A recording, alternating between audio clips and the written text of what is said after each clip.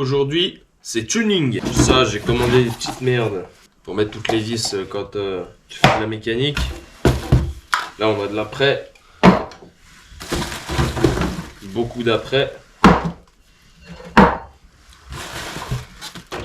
Et là, on a du diluant pour nettoyer les pétards. Donc en fait, si tu veux le projet, là, en premier, ça va être de refaire les jantes du quad. Parce que pour un véhicule de tout-terrain, dans la logique, tu les massacres. Donc là, elles sont défoncées. J'aimerais bien les refaire propres pour les rouler dans la neige cet hiver. Et puis j'ai eu quelques mauvaises surprises aussi également quand j'ai démonté les jantes. Alors, il y en a deux plus ou moins graves. La première, c'est que là, sur les plaquettes de frein à l'avant de chaque côté, hein, genre là, c'est même pas les plaquettes, elles sont mortes. C'est genre vraiment, c'est à la ferraille. La deuxième surprise que j'ai eue, c'est qu'en fait les cales et les moyeux au centre, ils ont été peints sans rien démonter en fait. Genre là, attends. Genre en fait, je sais pas si tu vois, mais ça en fait c'est ni plus ni moins que la démarcation de la jante qui était déjà montée dessus. Donc en fait ils ont juste mis un coup de bombe noire à la zub. Et ça je suppose que ça n'a pas été pensé ni rien du tout. Donc là je vais démonter ça. Refaire ça aussi. Parce que tu vois ils sont tout niqués, ils sont tout dégueulasses. De chaque côté. Pour les refaire propres. Pareil pour les cales à l'arrière. Les cales à l'arrière aussi elles sont pas ouf. Elles sont bien niquées aussi. Tu vois pareil il y a tout qui a eu pris un coup de peinture sans rien penser. Tu vois c'est pas ouf. Et donc les jantes aussi qui sont bien fracassées. Dont une. C'est laquelle? C'est pas celle-là. Qui est voilée à souhait. Voilà. Tu peux le voir. Tout ici. En fait, elle est à moitié plate. Mais vas-y, on s'en branle. Pour l'instant, je vais les laisser comme ça. Je vais juste y repeindre histoire que ce soit propre. Pour aller faire le con dans la neige cet hiver. Et je la changerai très probablement après. Parce que vu que c'est de l'alu, c'est pas comme les jantes sur les vieux blasters. Où tu pouvais taper comme un forain à la masse et réussir à avoir un truc droit. Pour chauffer l'alu avant de le redresser, c'est quasiment sûr que quand tu vas taper ici, elle va péter soit là ta jante, soit directement là où tu es en train de forcer, elle va s'ouvrir ici. Et il faudra aller la ressouder et clairement, j'ai pas le temps pour ça. Et puis c'est carrément pas le projet. Nous là, le projet c'est juste qu'il soit propre, histoire de faire tuning pour aller faire le con sur les routes qui seront pas déneigées cet hiver. Donc là du coup pour commencer, je vais démonter les triangles, les cales avant à l'arrière, nettoyer les moyeux d'origine pour enlever la vieille peinture dégueulasse dessus, attaquer à la disqueuse angulaire le bord des jantes, le repenser tout ça. Après je vais te montrer toutes les étapes, tu vois. Petit coup d'après, petit coup de peinture, on va faire ça plusieurs couleurs différentes histoire que ce soit tuning bien. Et puis voilà. Donc là du coup, ça va là. Là du coup, je t'ai rempli un petit pot avec du diluant. En fait, je vais venir nettoyer tes pièces. Parce que tu vois, Karcher, tu peux pas aller partout. Et en fait, elles sont dégueulasses, elles sont toutes grasses. Et là, si tu penses ça et qu'après t'étales toute la graisse dans tes rayures de ponçage, mon pauvre, ta peinture elle va pas tenir 20 minutes. Donc là, du coup, tu nettoies tout nickel. Donc tu as un petit pinceau du diluant.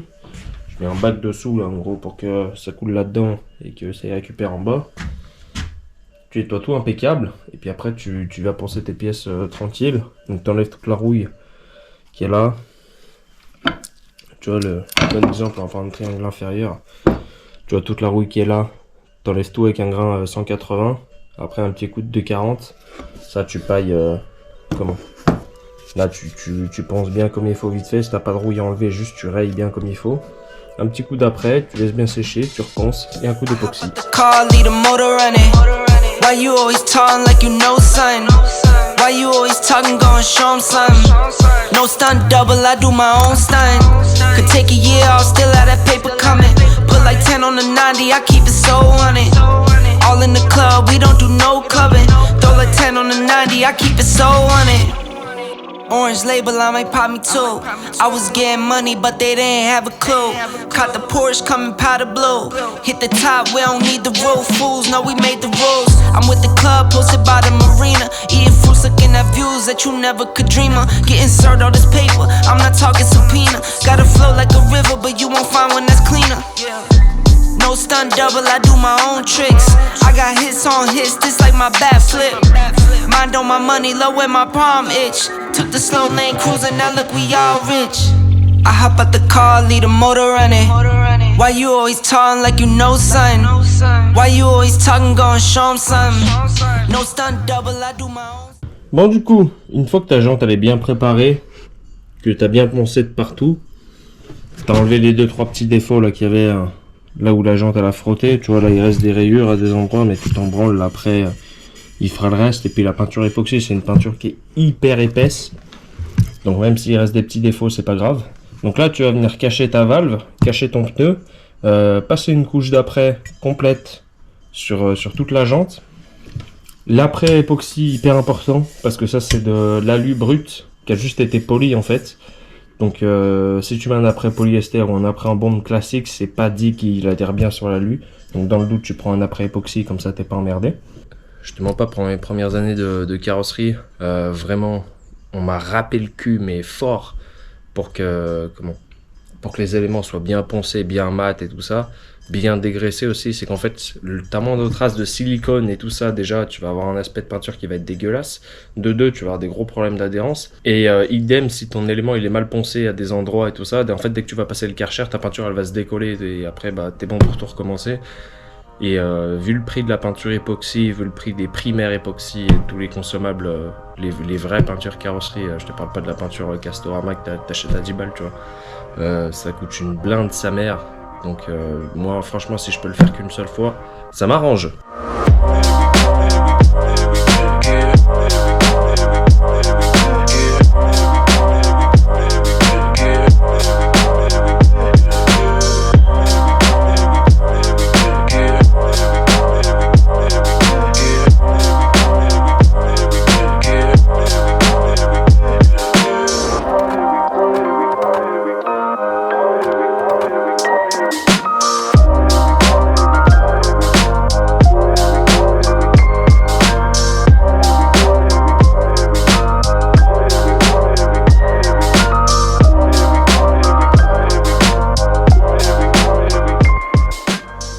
Bon, du coup, j'ai fini de peindre hors caméra parce qu'en fait, il faisait carrément nuit quand j'ai terminé de tout peindre, les jantes et tout ça. Le seul petit souci que j'ai eu, c'est que en fait, il faisait trop humide quand j'ai appliqué la peinture. Et en fait, sur tes fiches techniques de produit, t'as une hygrométrie, donc en gros, un pourcentage d'humidité dans l'air de tolérance qu'il faut respecter en fait, sinon tu peux avoir des petites réactions. Et en fait, moi, vu qu'il y avait l'humidité qui commençait à se poser et tout ça, quand j'ai fini de peindre, le problème c'est qu'il y a des endroits où il y a eu beaucoup d'épaisseur de produit en fait, où t'as la peinture qui a légèrement blanchi en surface. C'est pas ouf, mais ça c'est pas non plus clinique, tu vois. Donc j'ai un peu le seum pour ça, mais sinon pour le reste c'est bien ressorti. J'ai aussi trouvé des plaquettes de facture plus que douteuses sur Amazon, parce que 20 balles les 3 jeux de plaquettes, donc les 2 jeux à l'avant et celui à l'arrière. Moi je pense que je vais recevoir des plaquettes d'occasion, mais en vrai, si tu veux profiter de cette offre de plaquettes d'occasion, je te mets quand même le lien, histoire d'avoir un véhicule qui ne freinera absolument pas, mais que tu n'auras pas payé cher tes plaquettes. Pour le résultat, les cales, ça donne ça. Donc si jamais tu as besoin, le code teinte c'est 205-110 Renault. Pareil, avec un petit coup d'après époxy et une petite couche de vernis dessus. Ça c'est pas une teinte époxy, c'est vraiment une base mat à revernir. Donc en gros tu mets ton après, ta base, et tu mets une couche de vernis par dessus. Là sinon pour les triangles ça donne ça. C'est franchement pas mal. Et pour les jantes c'est encore mieux. C'est ressorti comme ça. Donc là je vais te remonter les triangles.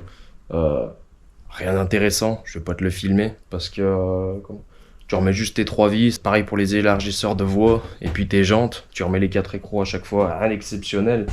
Je vais quand même te montrer le moment où je vais déballer le colis de ces plaquettes de facture douteuses.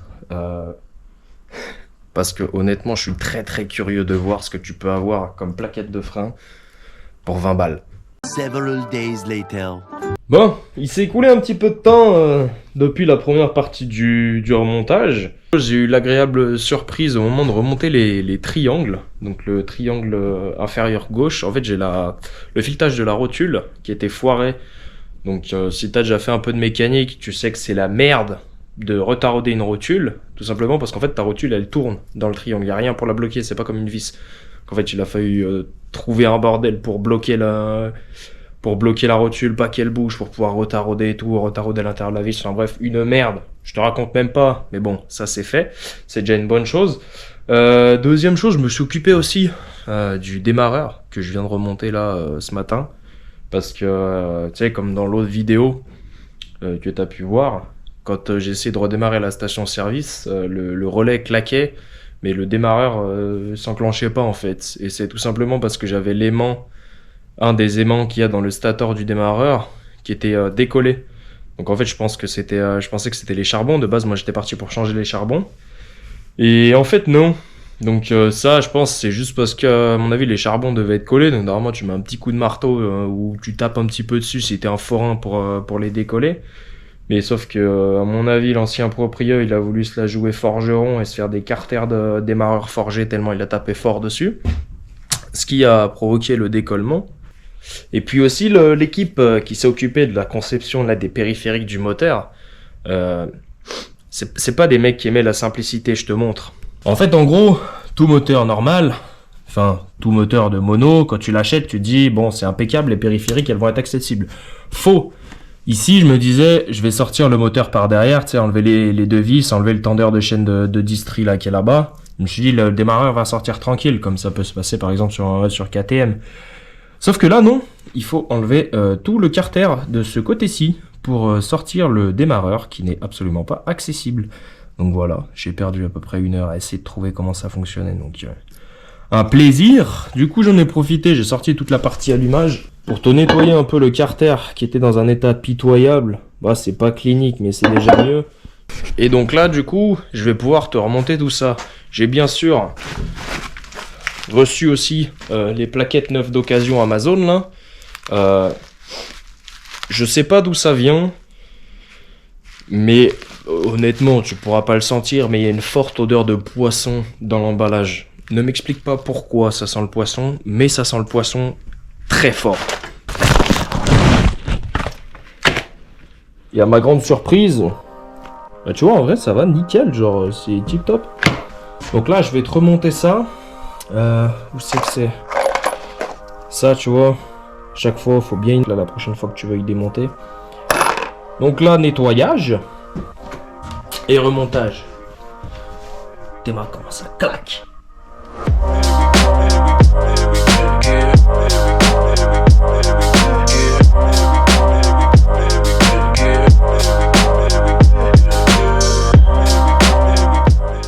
Ça marche plus ou moins, on va dire, je pense qu'il y a une bonne purge à faire. Genre, on peut pas dire que ça freine, mais on va dire que tu peux déjà ralentir un petit peu. J'ai mis la batterie en charge. Comme tu peux voir, il y a eu un nettoyage de qualité la dernière fois que je l'ai sorti dans la boue, avec du matériel de professionnel. Et donc du coup, il restera plus qu'à remettre de l'huile dans le moulin, et puis à aller taper des travers de gros porcs sous la pluie en se retournant, et en priant pour pas se prendre de voiture en faisant des têtes à queue. Ça après c'est une autre histoire, ça dépend pas que de moi. Mais donc du coup, encore une fois, je te retrouve demain. Une fois que j'aurai mis toute l'huile bien sûr. Là j'ai checké, j'ai mis un petit coup de démarreur, ça a l'air de fonctionner. Avec un temps bien éclaté. Un temps est donc idéal pour faire du quad naturellement.